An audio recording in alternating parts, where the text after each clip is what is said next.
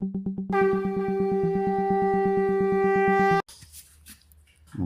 पुरुषोत्तम। आलोचना प्रसंग भाग 2 से 21 दिसंबर सन 1941 की श्री ठाकुर जी से वार्तालाप।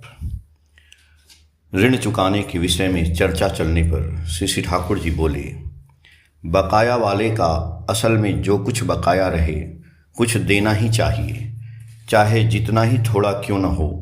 यदि वह उसे नहीं लेना चाहे तो भी जोर जबरदस्ती देना चाहिए। निश्चित रूप से वायदा नहीं करना चाहिए।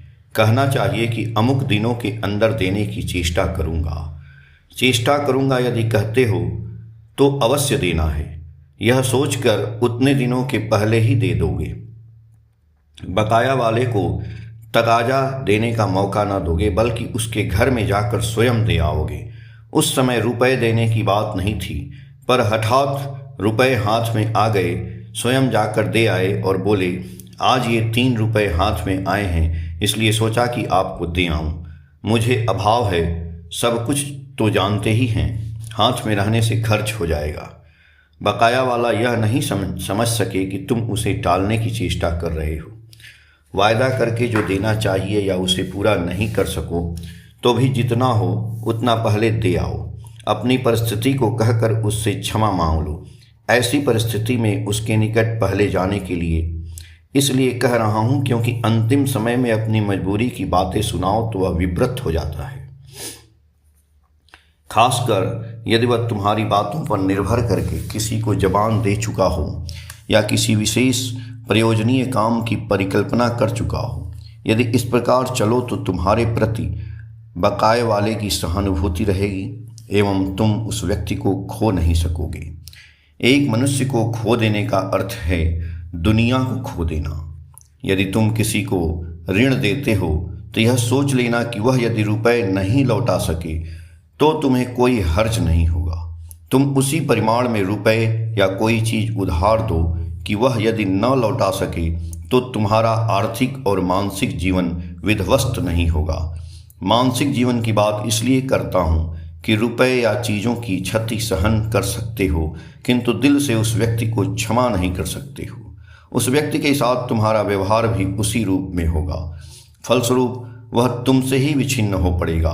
उसे ऋण देकर रुपए से भी हाथ धोगे और साथ ही साथ वह व्यक्ति भी तुम्हारा बनकर नहीं रहेगा। गांठ के पैसे खर्च कर ऐसा कुफल बटोरने से लाभ क्या?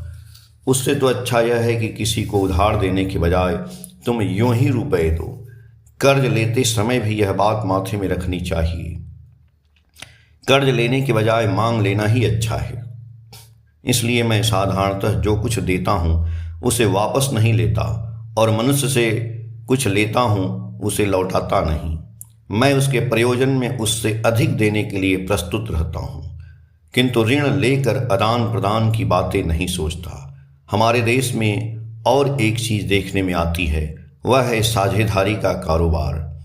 ऐसे क्षेत्र में अक्सर देखा जाता है कि पार्टनरशिप बिजनेस, साझेदारी का कारोबार में गड़बड़ी पैदा हो जाती है। कुछ दिन जाते न जाते पारस्परिक विश्वास और बंधुत्व बिगड़ जाता है। उस समय एक दूसरे पर संदेह और अविश्वास होने लगता है। इसलिए मेरी धारणा है कि देश की आज जैसी परिस्थिति है, वैसी परिस्थिति में यदि कोई व्यवसाय करता भी है तो अकेले करना है। अधिक से अधिक किसी व्यक्ति को वर्किंग पार्टनर, कर्मी भागीदार के रूप में रखा जा सकता है। यदि 2-3 व्यक्ति मिलजुल कर किसी व्यवसाय में रुपए लगाते हैं तो प्रायः नष्ट ही हो जाते हैं। यदि उद्देश्य पवित्र हो एवं परिचालना ठीक रहे तो उसके बजाय निरापद है लिमिटेड कंसर्न, दायित्वशील साझेदारी का कारोबार। अनेक क्षेत्रों में यह सुनी जाती है कि लिमिटेड कंसर्न, दायित्वशील साझेदारी का कारोबार अच्छी तरह चल रहा है, पर पार्टनरशिप बिजनेस, साझेदारी कारोबार दीर्घ दिनों तक अच्छी तरह चली है, यह बात अपने जीवन में मैंने नहीं के बराबर सुनी है। कहीं चलता होगा उसकी जानकारी मुझे नहीं है, मैं खबर ही कितना रखता हूँ, पर मेरे संपर्क में जितने लोग प्रत्यक्ष रूप से आए हैं उन्हें जैसा मैंने देखा है वह अभिज्ञता पार्टनरशिप बिजनेस, साझेदारी कारोबार के मामले में किसी को उत्साहित करने नहीं देती। उधार एवं साझेदारी कारोबार ये सभी गो बिटवीन द्वंद्व वृत्ति के वहन हैं। प्रफुल्लदा ने पूछा, कि यदि किसी में खूब टैलेंट क्षमता रहे एवं उसने मनुष्य की खूब सर्विस सेवा दी हो, पर साथ ही साथ उसमें गो बिटवीन द्वंद्व वृत्ति रहे, तो श्री ठाकुर जी बोले चाहे जैसा भी टैलेंट रहे और जैसी भी सर्विस दी हुई है उससे कुछ नहीं होगा। ऐसी सेवा के जरिए जिसे तुमने पंगु बना दिया है वही तुम्हें कहेगा चोर कहीं का, तुमने मुझे रुपए देकर बर्बाद कर दिया, अन्यथा इतने दिनों में अब तक अपने पैरों पर मैं खड़ा हो जाता।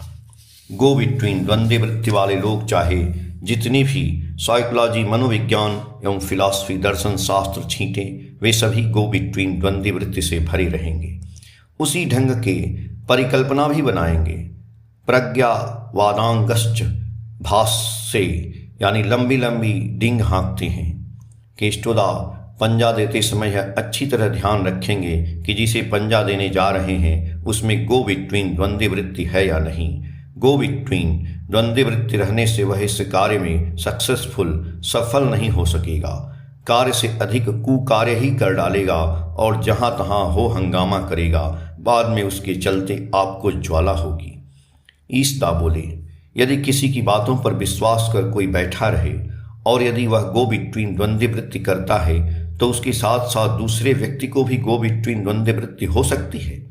श्री ठाकुर जी बोले तुम लोग जिसे विश्वास कहते हो दरअसल विश्वास वह चीज नहीं है। विश्वास का अर्थ है संपूर्ण प्रश्न शून्य होना। विहित रूप से कर्म के जरिए ही विश्वास पैदा होता है। ऐसी व्यवस्था करनी चाहिए जिससे तुम उस विषय में पूर्ण रूपेण निश्चिंत हो सको, दूसरा कोई मौका न रहे। आलस्य के कारण हम वैसा नहीं करते हैं, बाद में धोखा खाते हैं। आलस्य और विश्वास एक चीज नहीं है, इसलिए कहा गया भी है विदाउट एनी कंडीशन, निःशर्त भाव से किसी को कुछ देना अच्छा है। मिला तो वाह वाह, नहीं मिला तो वाह वाह, ऐसा भाव रख कर दिया जा सकता है।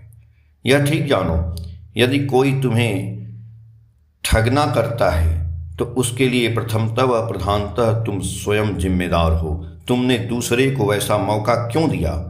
अपने सामर्थ्य से बाहर यदि दान करते हो या भिक्षा देते हो उसमें तुम्हारे द्वारा उतना अपराध नहीं होता है जितना कि निर्बुद्धितावस्थः अपने आप को प्रवंचित करते हो, उसमें अपराध है।